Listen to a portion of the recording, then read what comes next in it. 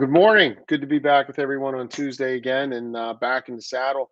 We appreciate your understanding, your patience, and most importantly, your prayers from last week for my father in law and spending some time with a rerun. How about that? We're in the rerun phase.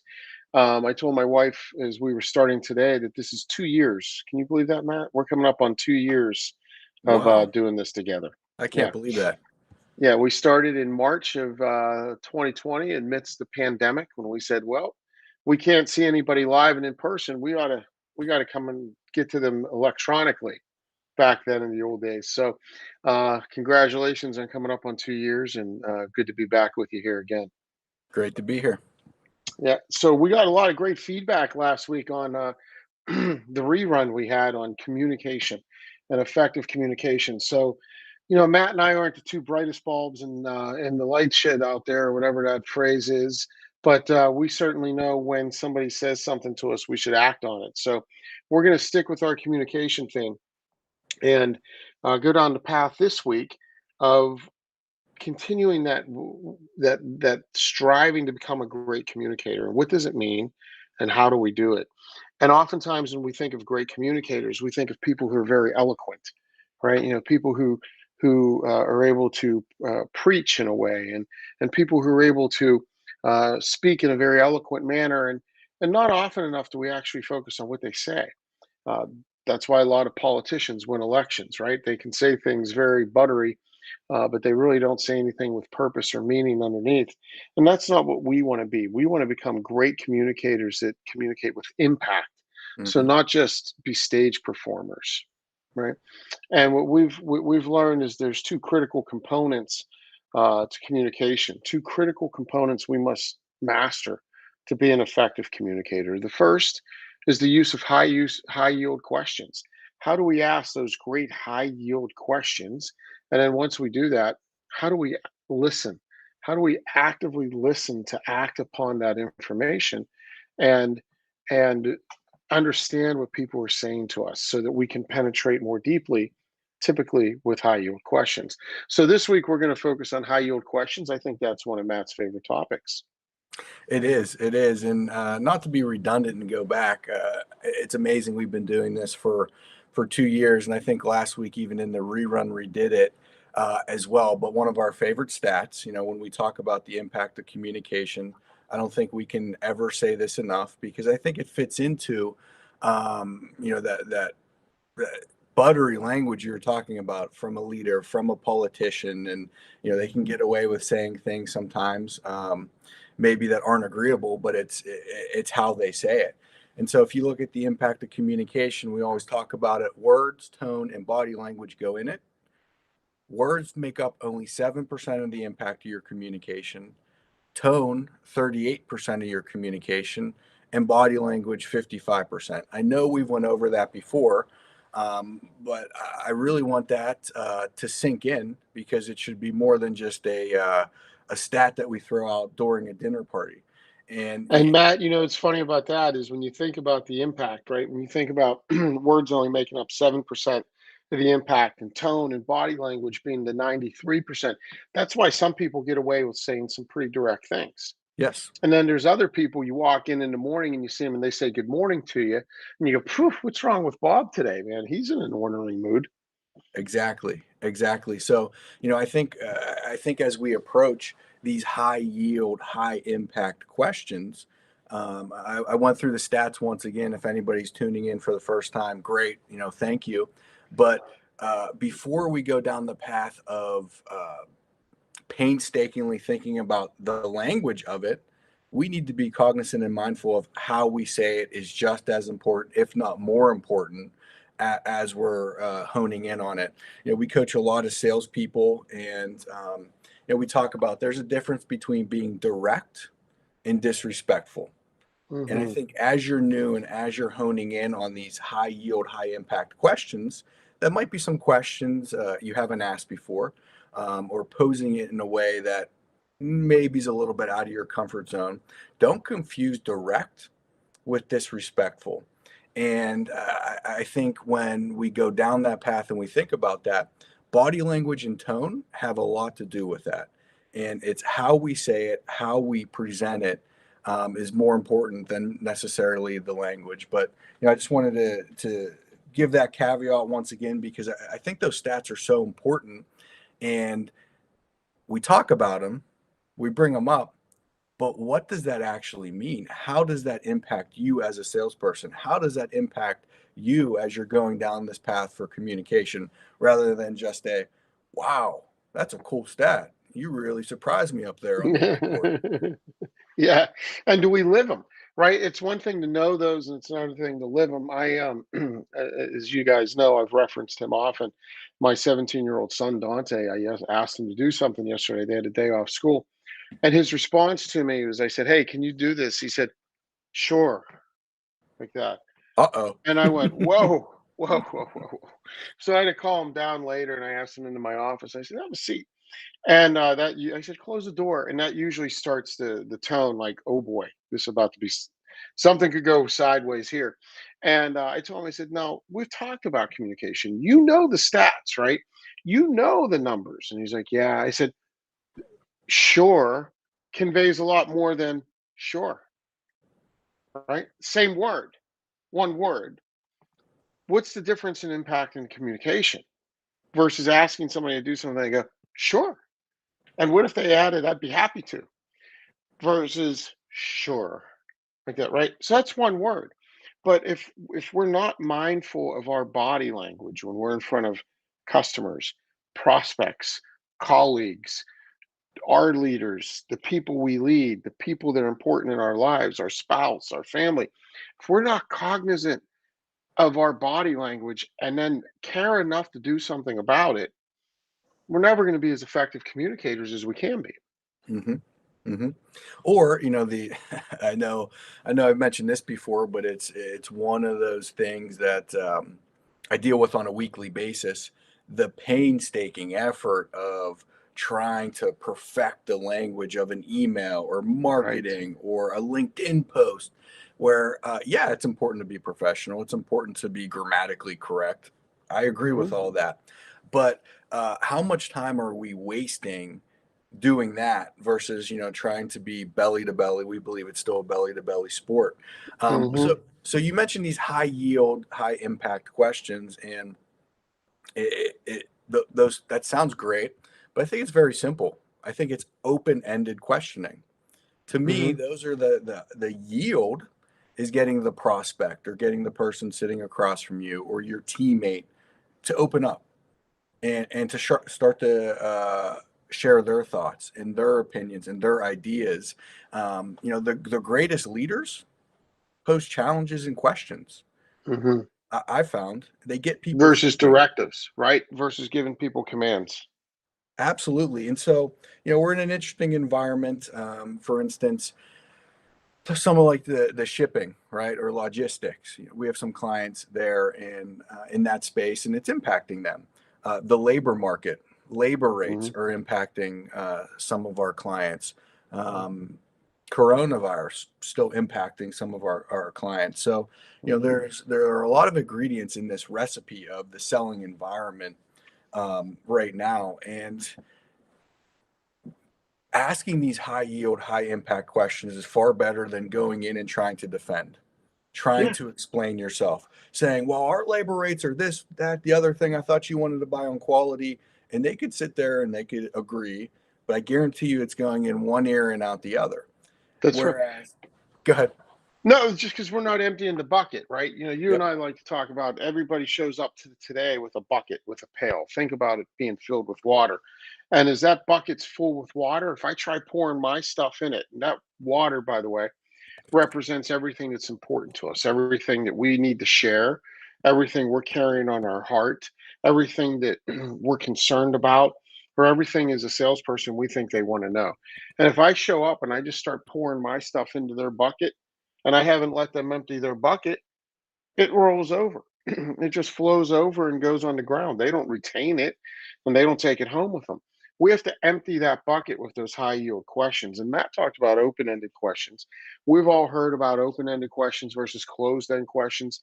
Think of it this way: closed end questions lead to conversations that sound like interrogations. How many? Five. What time? Noon. Where were you on the night of the 25th? Right? They're the type of questions that investigators and interrogators ask. We don't want to communicate that way.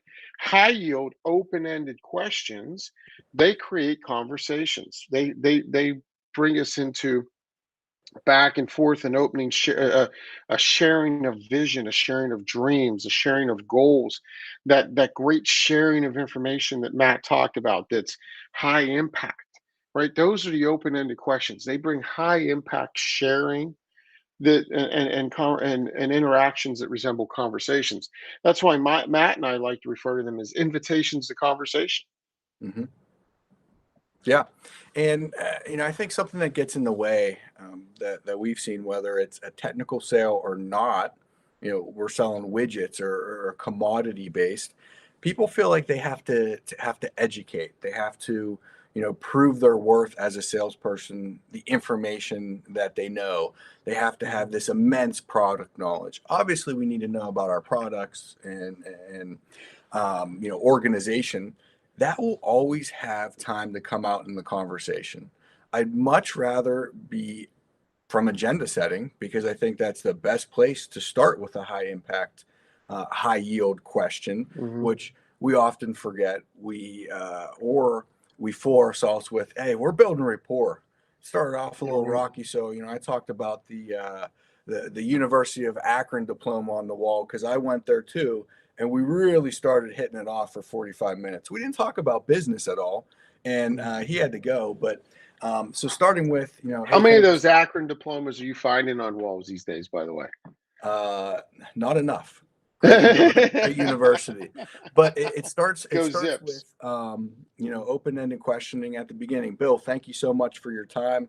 Really want to just dig in and understand your current situation. I'm sure we'll go over the proposal if it's a PDR, or you could just stop it there if it's not. But hey, before we jump in, most importantly, what were you looking to accomplish today? Talk about a high yield, high impact question, understanding what's on their heart. But Hmm. just to backtrack, how I opened this, and I went down on a tangent. That education piece, that technical piece, that proving, that will always be able to come out. So going back to labor rates or going back to the shipping crisis, instead of talking about how that's affecting us, or what that's doing to us, or what that's doing to our pricing, why don't we just ask them, yeah, labor rates are really going up, as you know. How's that affecting your organization? How's that coming into play inside your four walls? What's Hmm. that doing to your business? We'll be able to talk about how it's impacting us. We'll be able to talk about project management and timeline and how we've navigated, maybe some third party success stories. Wow, you sound just like Joe down the street, a client of ours. This is how he navigated. This is how we partnered and were able to do that. So long winded, threw a lot in there, but that's something I'm seeing a lot right now with the current environment. Yeah, and Matt, you go down a good path of highlighting the impact of questions, how we use them, and what they do, what some of the impact is. And we think there's a couple takeaways from that, right? Couple things to think about with high yield questions, and some traits of high yield questions. First, they please the hearer, right? When we ask great questions, they actually please the hearer of the question. It shows that we care. It shows that we seek to understand them. We've all heard the phrase, no one cares what you know until they know that you care. And there's no greater way to show in a business conversation that we care in that one-to-one than asking somebody a deep question, a question either about their business, the impact they're experiencing from some of the challenges we have, or if it's a question about their personal life. It pleases the hearer. The second trait or second thing that questions do is they focus thought. Right. Matt used a great question. What were you hoping to accomplish in our time together today? That's a great question that focuses thought on why did you take this meeting? That's basically looking at somebody and saying, hey, why did you meet with me today? And when we ask them that, they start to share what's on their heart. And it allows us to get to the real truth. So great questions, high impact questions. They please the hearer and they focus thought. They also can harmonize opposing views, like Matt said. If we're rather than us saying, "Hey, we're having trouble with labor, or we're having trouble with shipping," and you have to pay more. Asking a question about their experience with it pleases them, lets them know we care, shows we understand, and can help bring together a very allows them to share why they understand what we're going through. Right? They can harmonize opposing views and de-escalate conflict. So those are just a few of the many things that great questions can do. But think about that. Think about how when we ask a question, rather than telling somebody labor rates are going up, time for you to pay, say, hey, how are labor rates impacting you guys? I mean, I know you know that they're impacting all of us, but what's your experience been with that? And allow them to come to see our point of view. They bring them to more fit in to our challenges, and can make that back half of the conversation a little smoother. Hmm. Yeah, and I think the first element of that you said pleases the hearer. The one way to really harness that is making it about them, but a phrase that you used, I think, in point number three, the question that they hear on the heart. There is so much goodness with an open-ended question, keeping it so simple of, wow, tell me more about that. Hmm. Hmm. Literally, they're making a statement. We're not asking with any specificity what they should tell us. We're not asking what path that they should go down. And I think though that has so much power and impact in a question, so simple. Tell me more about that because it's pleasing to them. It's allowing them to hear the question and it's allowing them to open up and it's allowing them, it's focusing thought as well. Help me understand that. These Yeah. are oldies but goodies, and I don't want to brush over the fact that we don't need to complicate this. No, and Matt talks about getting what's on their heart out. That's so critical because great communicators are able to allow people to share, create environments where people are willing and able and vulnerable enough to share what's on their heart. And one way to do that, and maybe Matt, we can talk about this next time we're together with our friends here, is about mirroring. Mirroring is a technique that allows you to get people to share more. And mirroring in its simplest form is where you repeat back the last three words of someone's statement, right? Hmm. And you just simply say that back to them in a questioning tone, like, more apples on the tree. And then people start to share, they just go, where did more apples on the tree come from, by the way? But, they just start to share what's on their heart, and they'll give you more and more and more. And when we give people those little segues into continuing to share, they'll continue to talk. They'll continue to give us information, and that's very pleasing for them. And it should be very pleasing for us to understand, because the more information we have, the more we can help somebody. Hmm. Yeah, and we talked about mirroring probably like 3 or 4 months ago, and I think it Mhm. was speaking of impact, an impactful I think we segment. used it around negotiation. Yeah, impactful segment because there's a lot of feedback for that as well.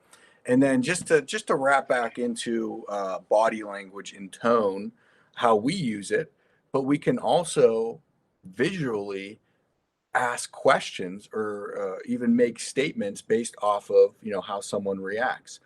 It's Mhm. okay that if you're in a PDR and they turn the page and go, "Whew," we shouldn't blow by that. We shouldn't just say, "Oh, I don't know what's going on in their head." Seems like something struck you there. Tell me more. Mhm. What Yeah. jumped out on the page to you? If we're in a meeting and it's a prospect meeting and we're talking about an element of how we operate because they asked us the question, and okay, don't all of a sudden try to cheer them up and blow by that. Seems like that might have disappointed you a little bit. Help me That's understand that. beautiful. That's yeah. And when you have the courage to look at somebody and say, "You don't look happy," then, and that's something I would say in that moment. Is like, "You don't look happy." Not, "You don't look happy with that. I'm guessing the pricing's too high." No, you don't look happy. They'll tell you what they're feeling, Hmm. right? They'll tell you what they're feeling. So, um, yeah, hey, great job, Matt. A lot of good, from I enjoy this discussion. I think you probably could see it. It energizes me. I love talking about how we communicate, how we ask great questions. I also want to share something with you that I experienced last week during the Super Bowl, or the weekend of the Super Bowl. And that was, I had an opportunity to be part of a men's conference or men's gathering. I joined remote, and the one of the coaches for the Cincinnati Bengals was the keynote speaker, because this event and this conference happened in Cincinnati. And his name's Coach Roswell, and Coach is, I guess, like the quality control coach for the Cincinnati Bengals. And when he agreed to give this talk months ago, they said, "What if you guys make the Super Bowl?" And everybody kind of chuckled. And he's like, "Ah, yeah, we'll figure it out." Well, sure enough, they made the Super Bowl. And Coach Roswell, he made a commitment, and he honored it. He showed up on video from LA, and he delivered this incredible talk to several hundred men. And he talked about the difference between Chronos and Kairos. Chronos and Kairos are both Greek words that mean time, right? They both are a Greek word for time. Chronos means just time, like, the progression of time.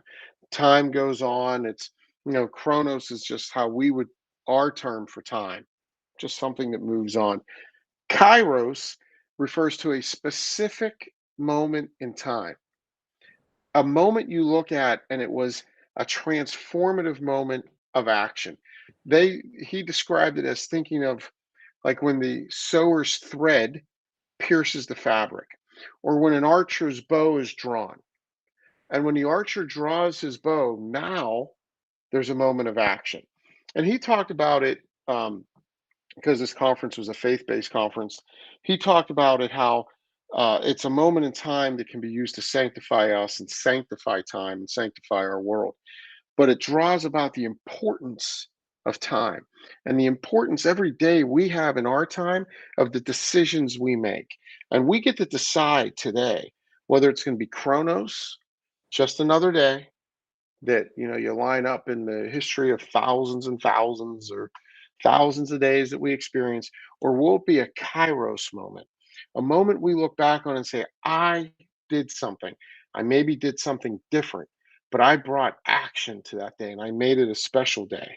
I made it a holy day. I made it a day that changes lives." And that moved me, and I just thought I should pass that on and share it with you. And I hope that today becomes a Kairos day for you, a day that is a day of action, a day filled with clear vision, and a day where we get to go and do something great. So, as always, we appreciate you sharing some of your Chronos time with us, and we hope that we can help give you some of those Kairos moments back that help you go and go do more by being more.